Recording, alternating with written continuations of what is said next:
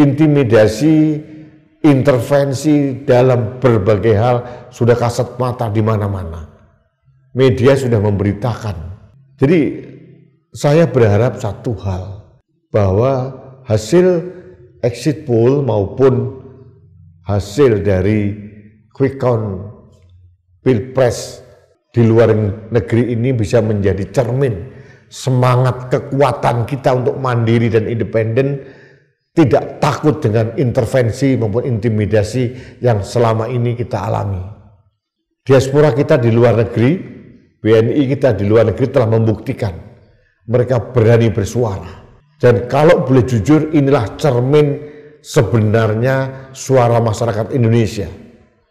Mereka bebas intervensi, bebas intimidasi, dan mereka bisa bebas bersuara menentukan pilihan.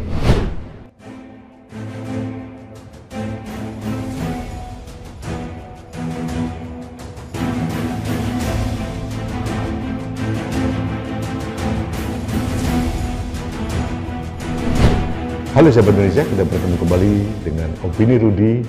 Hari ini tanggal 12 Februari 2024. Sahabat Indonesia, beberapa hari terakhir, khususnya hari Sabtu Minggu, beredar hasil exit poll dari pemungutan suara di luar negeri. Karena teman-teman kita, saudara-saudara kita, WNI yang ada di luar negeri memang sudah melakukan pemungutan suara terlebih dahulu dibandingkan dengan kita di Indonesia. Dari exit poll dapat kita lihat hampir semua memenangkan Ganjar Pranowo. Seperti di Australia atau Melbourne itu lebih dari 50%. Dan hanya di Timur Tengah 01 yaitu Anies Baswedan dan Muhaimin Iskandar menang. Yang lain Ganjar Pranowo leading. Dan tidak ada belahan dunia yang lain Prabowo memenangkan pemilu. Ini masih exit poll, belum menjadi keputusan resmi atau rekapitulasi resmi dari KPU. Tapi saya memberikan apresiasi kepada teman-teman kita diaspora di berbagai belahan dunia yang sudah melakukan exit poll maupun quick count. Saya sangat-sangat memberikan apresiasi. Ini bisa menjadi pembanding kalau nanti ada kecurangan rekapitulasi yang dilakukan oleh KPU. Kenapa saya katakan KPU berpotensi curang? Karena memang jujur kredibilitas pimpinan KPU dan seluruh komisionernya sangat tidak dipercaya. Mereka sudah terbukti melanggar etik berat dalam penerimaan Gibran jadi cawapres. Sebelum peraturan KPU dirubah, Gibran sudah diterima. Ini pelanggaran etik berat. Bahkan kepada ketua KPU sudah diberikan sanksi pelanggaran etik berat terakhir, peringatan keras terakhir. Saya nggak tahu istilah terakhir seperti apa, karena bulan Maret kalau tidak salah tahun 2023 Ketua KPU juga telah diberikan sanksi peringatan keras terakhir karena kasusnya kedekatannya dengan wanita emas pimpinan Partai Republik. Tapi sudahlah, kita tidak bisa lagi mengharapkan KPU bersih karena penuh dengan keanehan-keanehan. Penerimaan Gibran menjadi calon wakil presiden serta-merta itu banyak keanehan, mulai dari MK sampai KPU. Kita sudah tahu semua lah. Tapi apapun terjadi, sudah terjadi, ya seperti inilah. Makanya saya meragukan sebetulnya rekapitulasi yang dilakukan oleh KPU itu bisa objektif dan independen. Makanya saya memberikan apresiasi kepada teman-teman dari diaspora luar negeri yang sudah memberikan data pembanding yang membuat KPU tidak berkutik kalau ada apa-apa. Nah, kalau kita refleksikan hasil suara Pilpres di luar negeri, Itu saya bisa katakan inilah sebetulnya cermin suara yang sebenarnya di Indonesia kalau pemilu ini tanpa intervensi, tanpa intimidasi, tanpa ada pengkondisian apapun.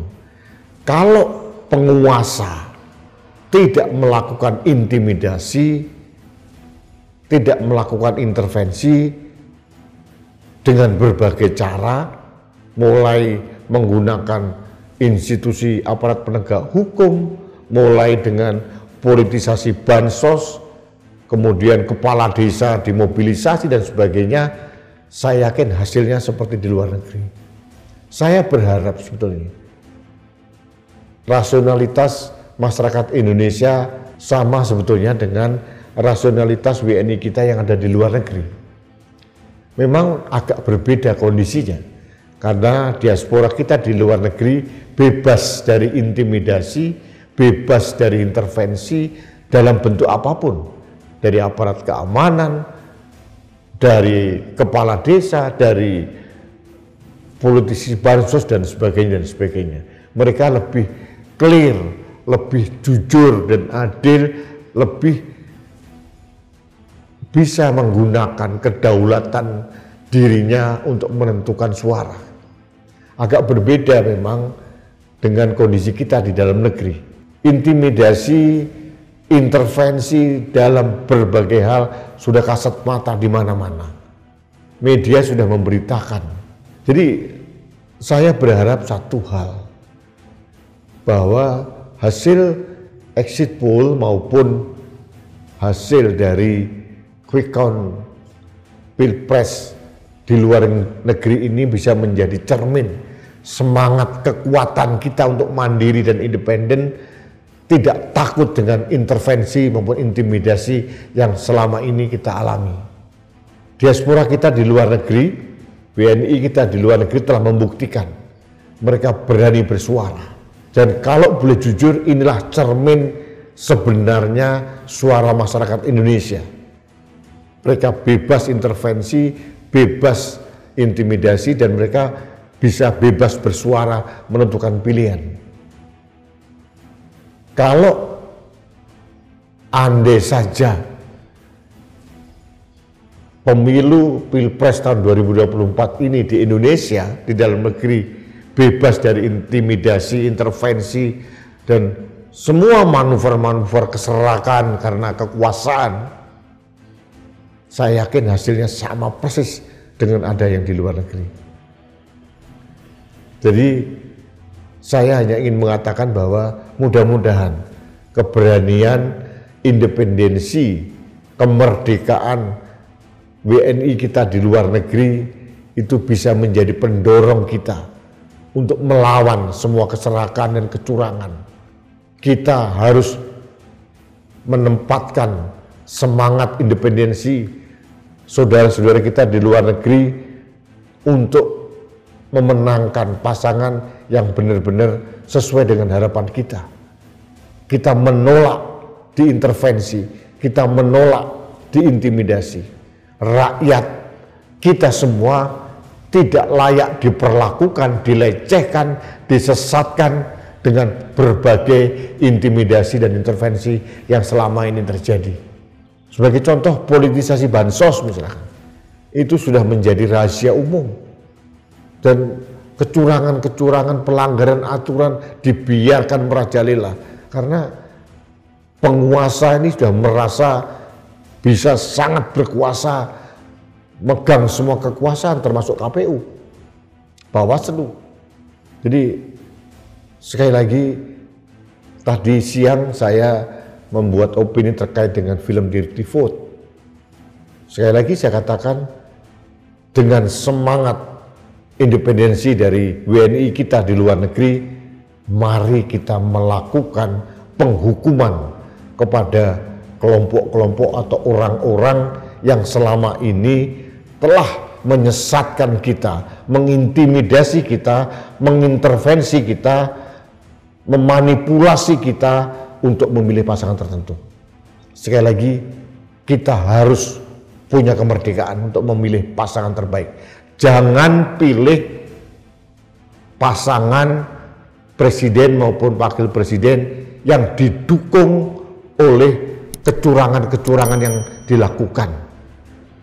Jangan coblos presiden maupun wakil presiden produk dari kecurangan yang merusak demokrasi kita. Saatnya rakyat berkuasa, saatnya rakyat menghukum siapapun orang yang telah merusak demokrasi di negeri ini.